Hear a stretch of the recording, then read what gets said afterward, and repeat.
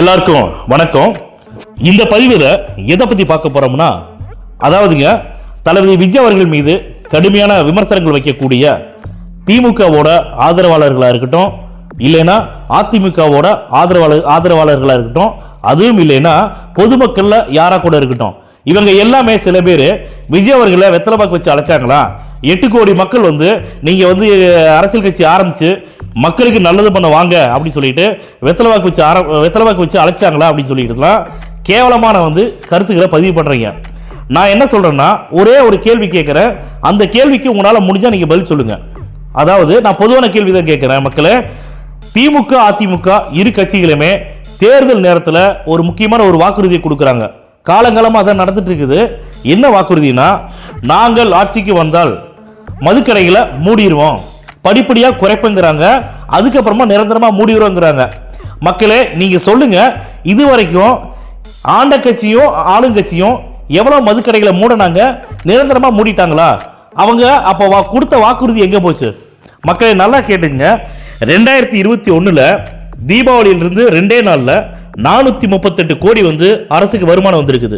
2022 தீபாவளியிலிருந்து 2 நாள்ல 468 கோடி வருமானம் வந்திருக்குது. 2023 தீபாவளியிலிருந்து 2 நாள்ல 468 கோடி வருமானம் வந்திருக்குது. 2024 தீபாவளியிலிருந்து 2 நாள்ல 468 கோடி வருமானம் வந்திருக்கு. மக்களே, அரசியல் வரலாற்றிலே சரி, மதுக்கடைகள்ல மதுபானம் டாஸ்மாக்ல இதுவரைக்கும் இத்தனை வருட காலத்துல வராத ஒரு வருமானம். இதை மிகப்பெரிய பிரேக்கிங் நியூஸ் போடுறான், பிரேக் டவுன் போடுறான், பல சாதனைகளை பண்ணிச்சுன்னு ஒரு முக்கியமான பத்திரிகை ஊடகங்களை போடுறாங்க. என்னன்னா, 2025 தீபாவளியிலிருந்து 3 நாள்ல 790 கோடி வருமானம் பண்ணியிருக்கு. இதுதான் மிகப்பெரிய சாதனைங்கிறாங்க. தமிழக மக்களே, நல்லா கூர்ந்து கவனிச்சுங்க. இது மதுபானத்தால வரக்கூடிய தமிழக அரசுக்கு இந்த வருமானம் உண்மையிலே சாதனையான விஷயமா இல்ல சோதனையான விஷயமானு மட்டும் நீங்க சொல்லுங்களேன். மக்களே, இப்ப நான் சொன்ன கணக்கு பாத்தீங்கன்னா தீபாவளி பண்டிகைகளை மட்டும் நான் சொல்லியிருக்கேன். இது இல்லாம தமிழ்நாட்டில் எத்தனை பண்டிகைகள் இருக்குது, எத்தனை அரசு விடுமுறை நாட்கள் இருக்குதுன்னு பார்த்துக்குங்க. அப்போ நான் ஏன் திரும்ப திரும்ப ஆட்சி மாற்றமோ அதிகார மாற்றமோ ஒரு நல்ல தலைவர் கையில் இருக்கணுங்கிறத நான் வலியுறுத்துறேன் அப்படின்னு கேட்டிங்கன்னா, இப்போ ஏற்கனவே ஆண்ட கட்சியாக இருக்கட்டும் ஆளுங்கட்சியாக இருக்கட்டும், அவங்க நினச்சிருந்தா மதுக்கடையில் மூடி இருக்க முடியாதா, நிரந்தரமாக மூடி இருக்க முடியாதா? ஏன் மூடல? இதுக்கு என்ன பதில் வச்சிருக்கீங்க? இதுதான் என்னோட கேள்வி மக்களே.